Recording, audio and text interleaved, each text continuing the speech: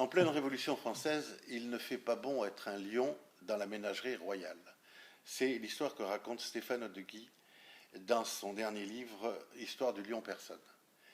Un jeune Africain quitte sa tribu et va rejoindre l'ambassade de France dans un pays africain quelconque, du Sénégal, pardon, et où il apprend à lire, à écrire, devient un des favoris de l'ambassadeur et quelqu'un de tout à fait instruit.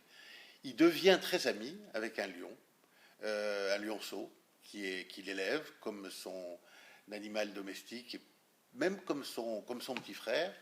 Et le lion, qu'il a nommé Personne, en référence à Homère, devient véritablement, fait partie de la famille, mais grandit, et devient absolument un superbe lion, qui brutalement est vendu à la ménagerie royale de Louis XVI.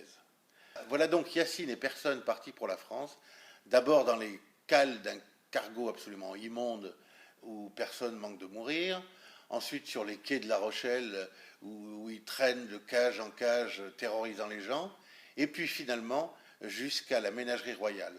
Le récit d'Odeguy est d'abord, comme tout ce que fait Odeguy, écrit d'une façon absolument remarquable et presque comme si c'était une chronique de l'époque du XVIIIe siècle, et s'attache à dessiner en arrière-plan l'état de la France pendant la période révolutionnaire. Un livre très brillant.